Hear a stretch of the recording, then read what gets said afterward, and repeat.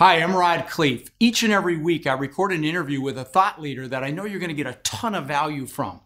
Now, here on YouTube are the video versions of my podcast, Lifetime Cash Flow Through Real Estate Investing. Now, to make sure you get the latest information, please subscribe and hit the notification bell. Let's get started. Welcome to another edition of How to Build Lifetime Cash Flow Through Real Estate Investing. I'm Khleif, and I'm thrilled you're here. I know you're going to get tremendous value from the gentleman we're interviewing today.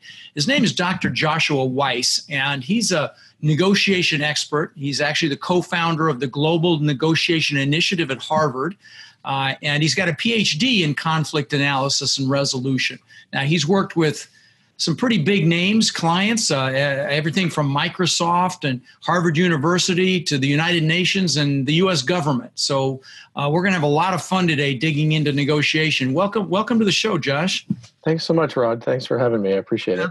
Absolutely. This will be a lot of fun. So, yeah, it's quite an impressive background. I know before we started recording, you mentioned you're actually going to Harvard and you live in Boston. You're going to Harvard in about an hour. And what a cool environment to study negotiation, right? Go ahead. I'm sorry. It is indeed. It's fascinating. You know, the people that come through there and from a practical point of view, as well as the theoretical is really an education in and of itself. Sure. I can imagine. I would really enjoy that because negotiation is, frankly, it's cool. Okay. I mean, it really is. It's psychology. It's posturing, it's positioning, it's preparation. So let's talk about why you believe negotiation is so important. Well, first of all, I think it's critical because we do this all the day, every day. It's ubiquitous. From at work with your bosses, coworkers, clients, whomever, to your home life with your kids and your spouse. Somehow kids are natural negotiators that are very good at figuring out how to get somewhere. And to the world around us, we're constantly dealing with issues and challenges. And I just see negotiation as really a problem-solving process. And it's the way that we deal with not only our conflicts and challenges, but also how we build relationships in business and in other aspects of life. No question. So let's talk about, some strategies. I mean, let's get right into it. I know you've written a couple of books, The Negotiator and You, very acclaimed as well. Let's talk about some negotiation strategies. You'll have to forgive me. I have not had a chance to read your book to be prepared for this. Because I'm leaving the country here in a few days. So my apologies, but what are some of your favorite negotiation strategies that you teach? Can we chat about some of those? Sure, absolutely. So, for me, it really comes down to there are two primary strategic approaches to negotiation, and the critical piece to this is knowing when to use each one and why. And the first one is really what we would call more of a positional or a distributive approach to negotiation. That strategy is really more focused on sort of bargaining and haggling. And I tend to use that strategy in what I would consider to be one-off negotiations. If I'm buying a house or a car or something like that, where you generally speaking, seek to maximize your gain and you're not so concerned about the relationship. Now, I will say that of all the negotiations that I do, that probably constitutes maybe 5% of them. And I think for most people, that's the case, that the majority of people, the negotiations they engage in are with people who they're going to negotiate with over and over again. And so when that's the case, the relationship becomes incredibly important because relationships and trust building are what ultimately help you to solve difficult negotiation problems. And in a positional approach, you don't share information. You keep everything sort of close to the vest. And so you don't do that. You can gain a bit more in the short term and you're not so worried about the longer term relationship. But for those longer term relationships, for those negotiations where you're going to be doing this over and over again, you really want to take what we would call an interest-based approach to negotiation. And what that really means at its core is trying to understand what is really critical for yourself what is your objective and why, and then what's critical for the other person that you're negotiating with. One of the problems typically is that a lot of times people don't recognize the interdependent nature to negotiation. That, I'm sure you've had somebody say to you, well, that's your problem. When you figure it out, let me know, right? Or something like that. And when somebody says that to me, I say, listen, that's, from my point of view, that's not actually how this works, because you need me to say yes if you want to go where you want to go, and vice versa. And so in my mind, the key to negotiation, and most of our negotiations, is understanding what is really motivating and driving people, and what are all of the things of value that they have in a negotiation. And so often people will tend to focus, on the dollars and cents, and yet there are a lot of things that people value beyond those things in negotiation. And you can really make much better deals when you understand the complete picture and what it is that matters to people. I mean, just take the idea of a salary negotiation. Obviously dollars and cents are going to be part of the equation, but for me, for example, like, I have 3 girls. Flex time is important to me, to be able to pick them up, take them to sporting events, whatever. But also telecommuting, things like that. I mean, you look at your beautiful scenario where you live, right? If you could sit and work there every day, that has value for you. So if you expand out what it is that's important, and you ask the question, what do you value in this negotiation? Then you're beginning to find ways of making good deals much better. And so those are the 2 models. And the second model requires a bit more collaboration, and an understanding that basically you and the other negotiator are sort of problem solvers, and they're not the problem. The problem is the negotiation issue between you. Well, so and maybe it's not an obvious question. It's an obvious question to me is, I could see how, when you're approaching a negotiation from that second position, how the person across the table might be in that first position. So right. How do you eloquently and carefully and strategically eke the answers to those questions out? I love the question, what do you value in this negotiation? Is that an actual quote? Is that an actual question? Oh, absolutely. Absolutely. Okay. Yeah. Because part of what you have to do is help people to shift. What's interesting to me is that there's a lot of people that don't realize that there's another way to negotiate. What they know about negotiation is that they've seen it on TV or whatever it is. I mean, there's a lot of ways that you can learn about things and not realize all the possibilities out there. So what you have to do is, what I often do when I confront someone who I think, I am going to have a longer term relationship with, is say to them, look, you and I could sort of hit our head against the wall, and you may win this time, and then I'll win, and then you'll get mad, and vice versa, right? But that's really not the most efficient way to do this. There's another way where you actually understand what matters to me, and I understand what matters to you. And then we begin to, as I said before, sort of create deals that actually find value. And because a lot of times in that first model, it's hard to get creative when people are holding back information. In fact, it's almost impossible. Sure. So part of what you need to say to folks is, look, how about we just try this? How about we try a different way of going about this? I'm going to tell you something that matters to me, and my expectation is that you're going to do the same.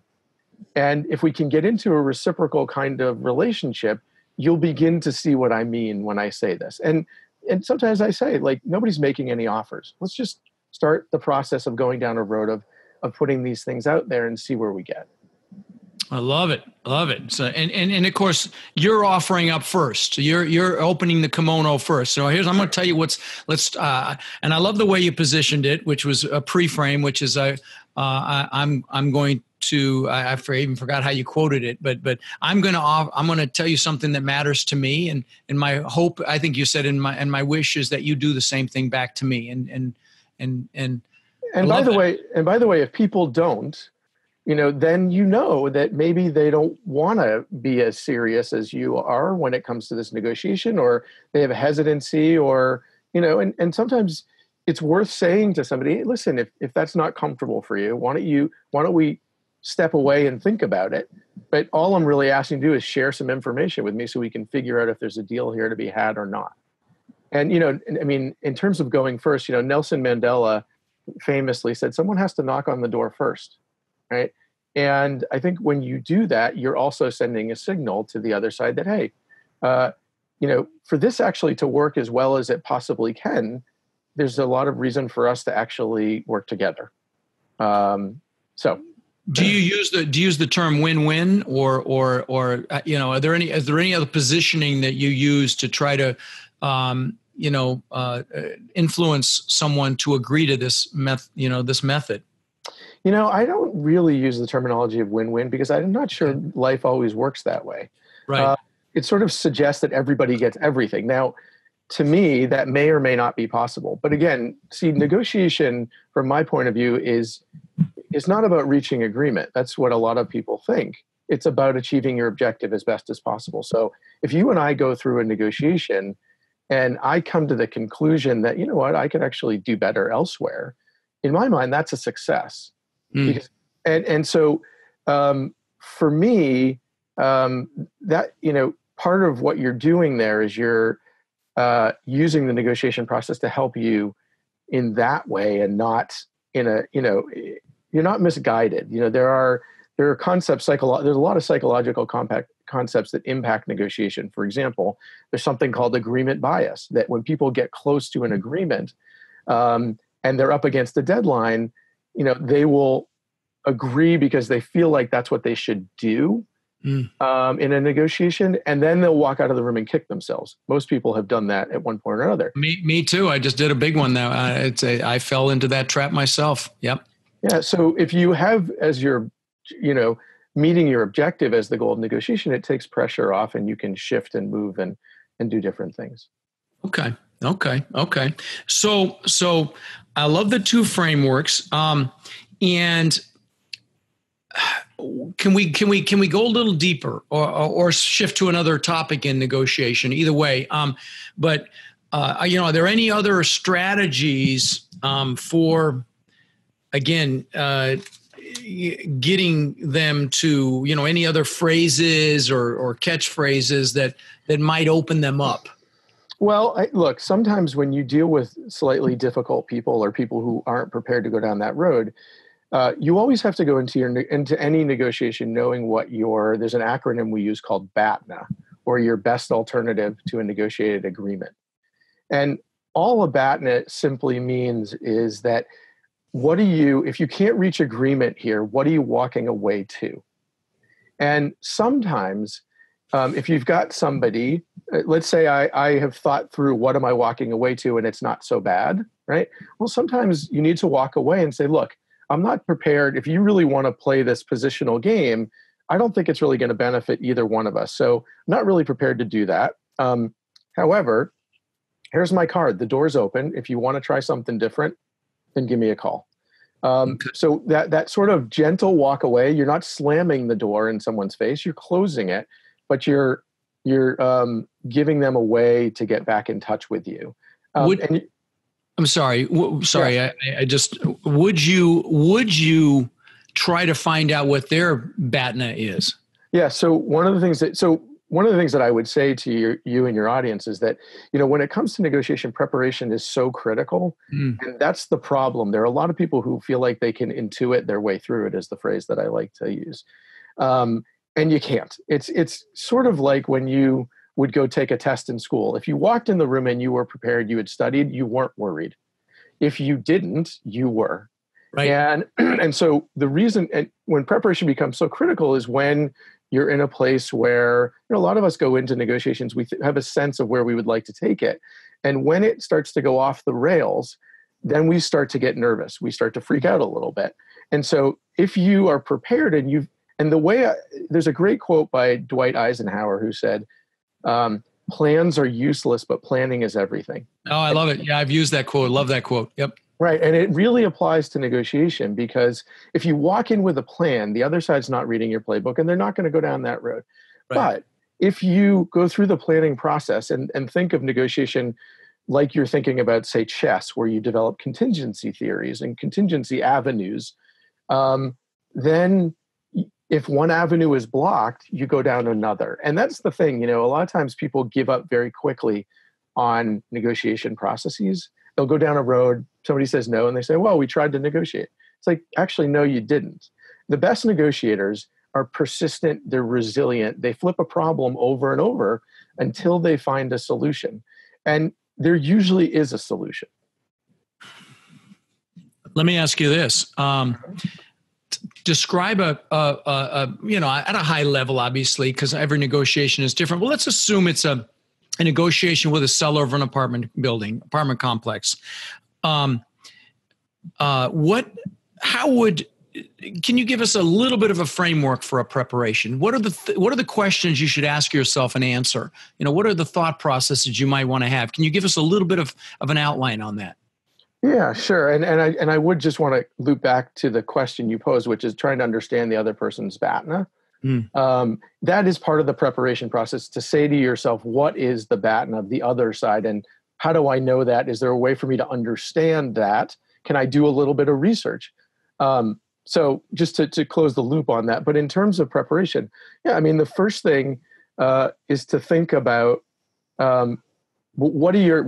start with your objectives. One of the things that I always do is on the top of my pad of paper or on my computer screen, I write very clearly what my objective is that I'm trying to get to, because then I always have something to gauge and offer in front of, right? If I have a clear sense of what my objective is, then does it meet it or not? And if it doesn't, then why not, right?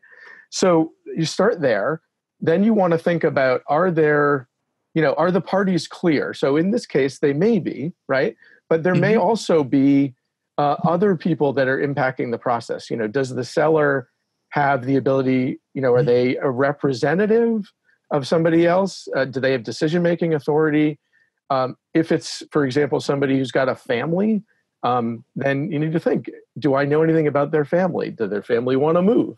Do they want to, is there time pressure? Are there some dynamics to think about? So for example, I often ask myself, where's the power lie in this situation and why? And then in terms of time, is time on my side? Is it neutral? Is it on their side? And if it is, how do I know that? What can I do about it? Obviously you're going to be thinking about market conditions and other kinds of things that are going to be dictating, right? Sure. But also, you're going to be doing one of the things that we often talk about is objective criteria or external criteria that you look at. And in the real estate world, right, we're talking about comparables. So what are the comparables that you're going to be looking at to help you set things up?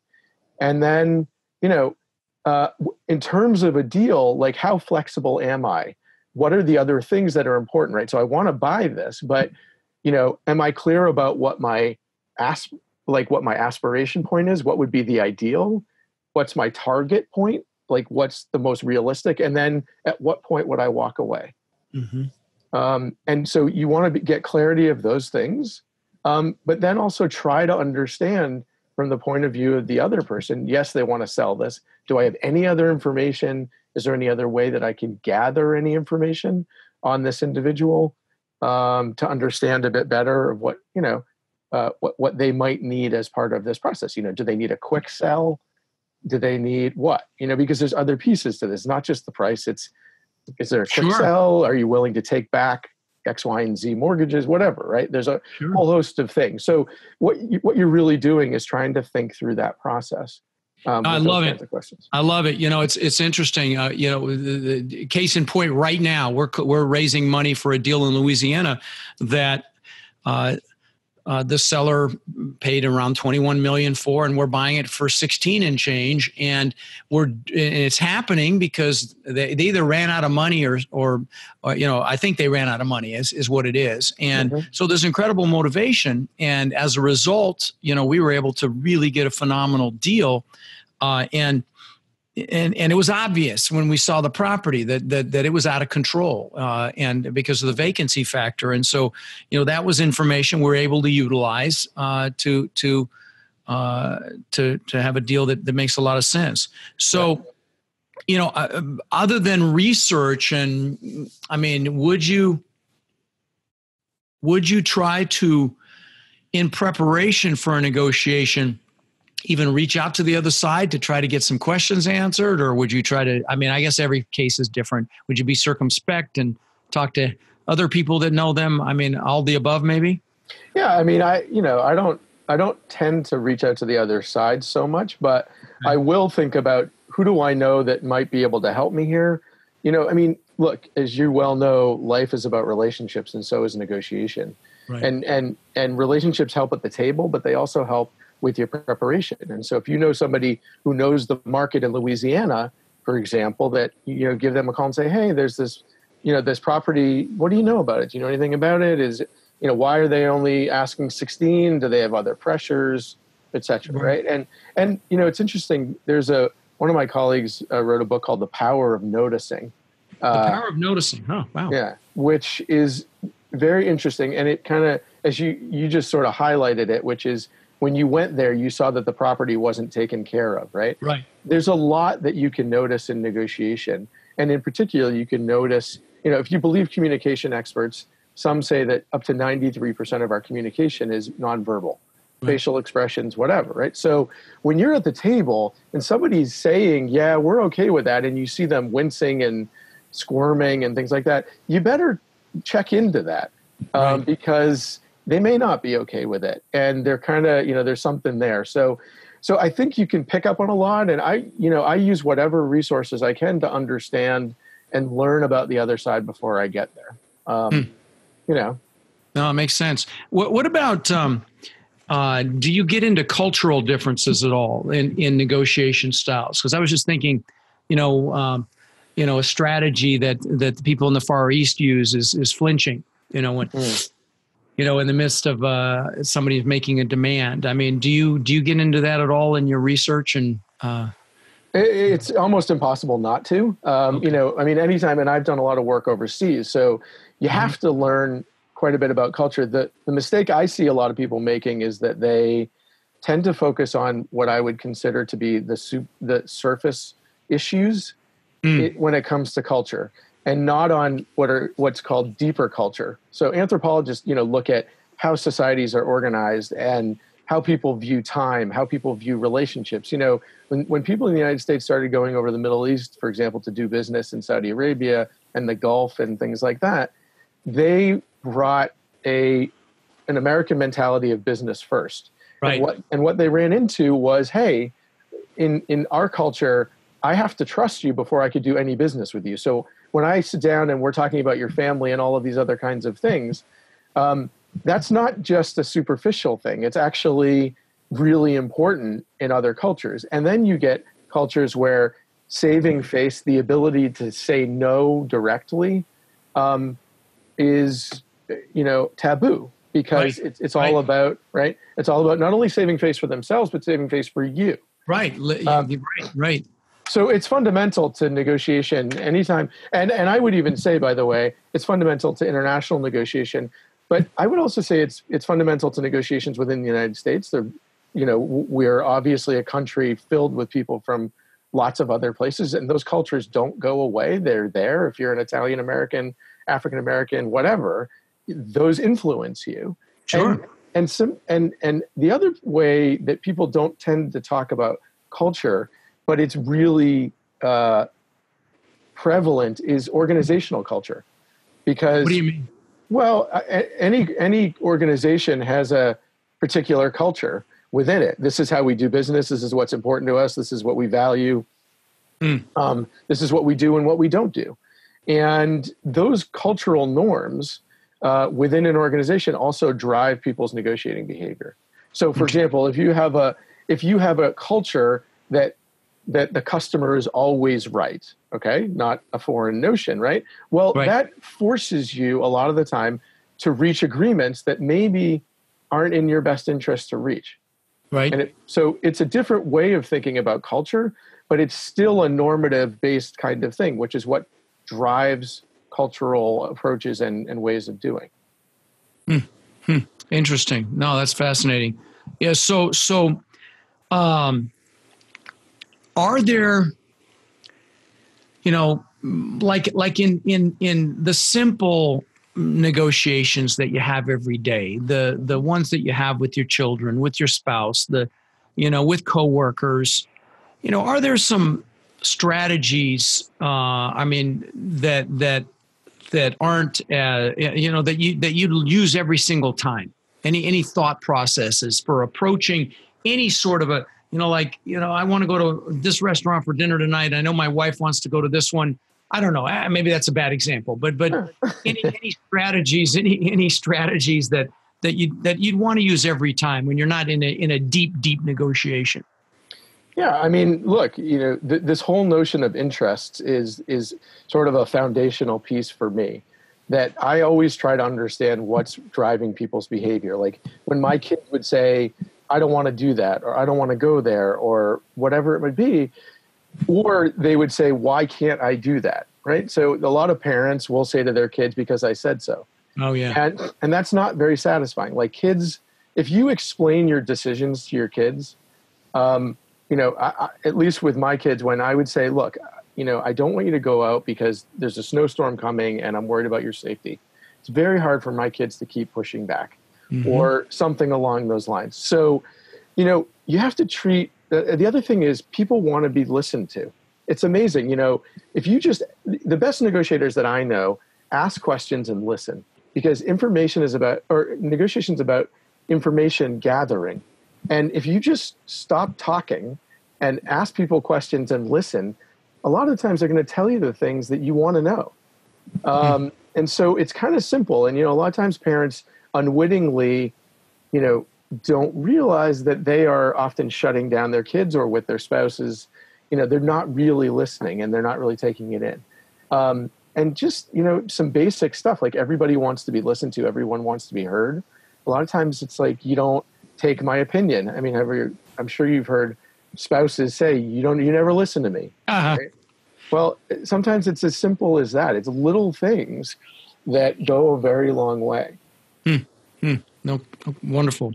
So, what I know you've got your books on negotiation. Are those for really any type of negotiation? Well, so The Negotiator and You is a book series that I did through the BBC.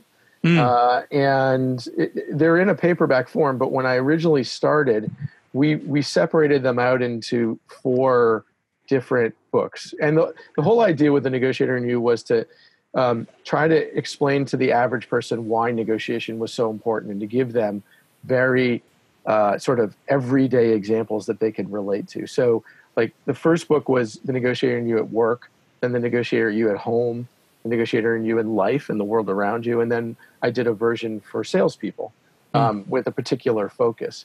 And like I said, what I was trying to get people to understand is, first of all, you do this all the time.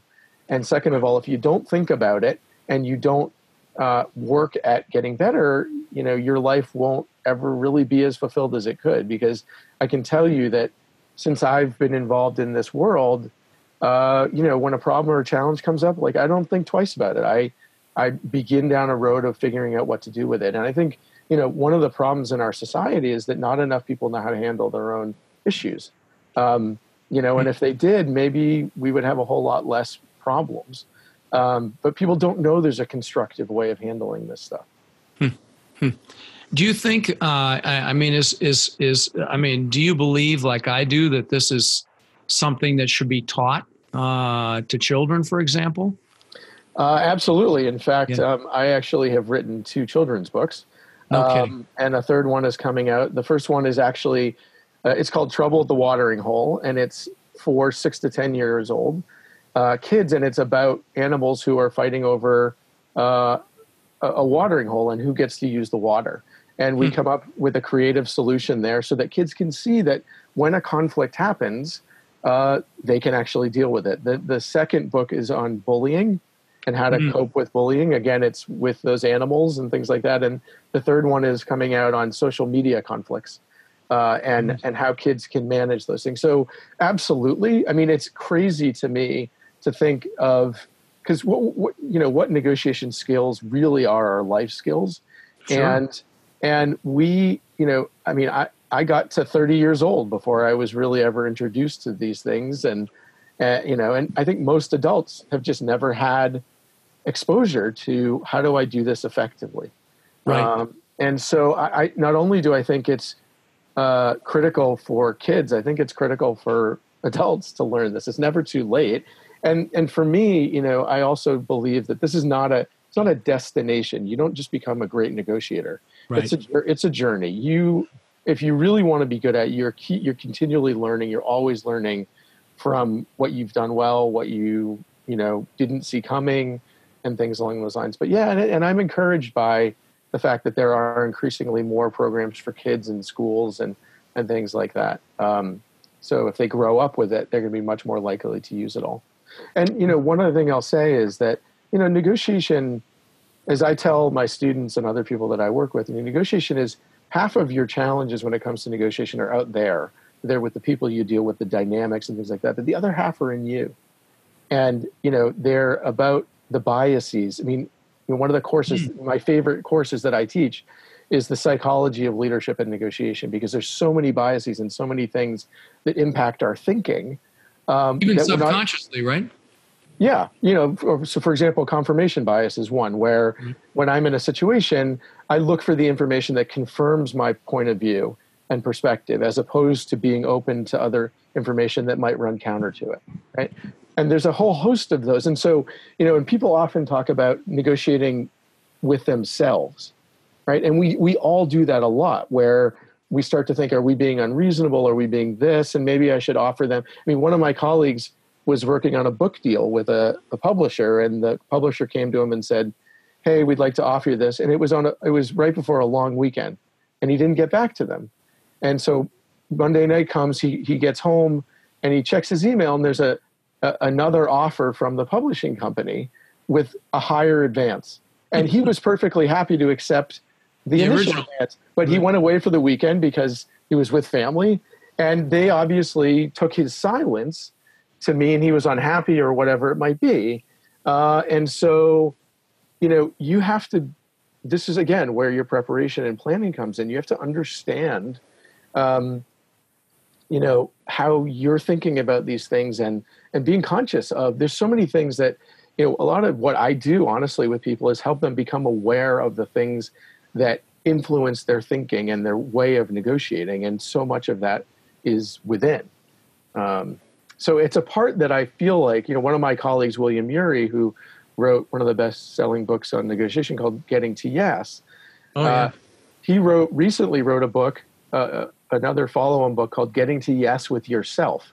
And the entire book is that you are often your biggest challenge in your own negotiations. And so how do you think about some of those things, and how do you work through that so that you're not giving away things that you don't need to? Oh, I love it. I love it. I'll have to read that one as well. So are there any common lies or myths or misconceptions around negotiation? Anything coming to mind when I ask that question? Any, you know? Yeah. I mean, I think the biggest common myth that I experience is that negotiation is all about compromise. And sometimes it is, like, sometimes you have to compromise, but to me, you know, if you think about it, what often happens is people will negotiate, they'll get stuck around a difficult issue, and somebody will just say, hey, let's just split the difference. Right. And so you do that. And the problem is you haven't actually really understood what the negotiation issue is. Like, you've never gotten down to those underlying interests that I mentioned before. Right. So you don't even know if compromise is necessary. You know, there's a famous story from that book, Getting to Yes, about two girls who are arguing over an orange. Okay. And so they can't decide. So they basically just cut the orange in half, and they each take their half, right? Like most people might do, a compromise solution. But one of the girls takes the peel and throws it away and eats the fruit. The other girl peels off the peel, keeps the peel, and throws away the fruit because she wants to make a cake. Now, had they discussed why it was they wanted the parts of the orange, they both would have had more. And so people are quick to rush to compromise when they don't even know what's really driving behavior. So if you can get down and say, well, why is it that you really need that? Or why is that so important to you? Then you begin to realize, wait a minute, there's actually a way in which we could solve this. So I see that a lot. And I also see that when people say, I'm sorry, we can't do that, or, I'll give you another quick example. So I was negotiating with a partner to do some work in the Middle East, and it was a project, and we were going to share the work. And they were insisting on a 50-50 split of the revenue. And myself and the other people I worked with, we kind of knew that we were going to be doing more of the work, and we were thinking more 70-30. And I wasn't involved in the negotiation. My colleagues were going back and forth, and they were stuck. And the other side kept saying, look, we've got to have a 50-50 split.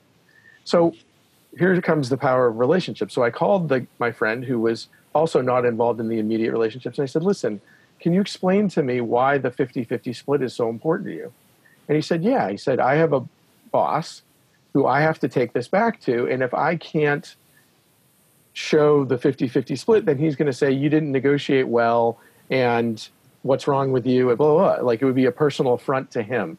Mm-hmm. And his boss wouldn't approve the deal. So I said, well, is there a way around that? Because part of what we were talking about was some revenue that would be coming in. And he said, honestly, it's like the revenue isn't that important to us. What's important is the principle, this 50-50 split notion, right? So he said, look, there are a bunch of costs involved in this project. He said, why don't you guys just charge us more for the different things that we're doing? You'll still get the money, and we'll preserve the 50-50 principle. And I said, fine, right? Now, I wouldn't have gotten there. You know, a compromise would have been like, well, okay, let's do 60-40 or let's whatever, right? So that's how, you know, really, in my mind, really good negotiators, you know, push aside the idea of compromise. And in many ways, to me, compromise is a lazy way to negotiate, because it's just like, well, let's just split the difference and not really try anymore. So I think that's one. And I also think the other one that I mentioned before is that most people equate reaching agreement with success in negotiation. Mm-hmm. And it's just not. And you have to change, because if that's the bar, then, you know, and I remember one of my first jobs was working with a group of salespeople at a small company, and the CEO brought me in and he said, I need you to figure out why our salespeople are coming back with such bad deals. I said, okay. So I met with the 6 salespeople, because again, like I said, it was a small company. Right. And I said, why are you guys agreeing to these deals that don't seem to be benefiting your company too much? And they said, well, because that's what our metric is. They've told us don't come back without an agreement. Mm. They didn't say a good agreement. They just said don't come back without an agreement. So I went back to the boss. I said, you know what? You're the problem. You're giving them the wrong metrics for what you're doing, right? So it's, you know, it's all in these different nuanced ways of thinking about and understanding what negotiation really is. Love it. Love it. Well, listen, Doc, you've added a ton of value, and I'm really grateful that you were on the show today. And I've got to go back and re-listen to this, because I've been trying to take notes and I couldn't. So I'm going to re-listen. But I'm very grateful for your valuable time, and very much appreciate your wisdom, and really learned some things. I consider myself a pretty good negotiator, and I absolutely learned quite a few things. So thank you so much. No, you're most welcome. Thanks for having me on. All right. Take care. See you later. You as well. Hey, thanks for watching. Please subscribe to my channel. And if you listen to podcasts, join me on iTunes, Stitcher, or wherever you listen to those podcasts. Just search for Lifetime Cash Flow through Real Estate Investing.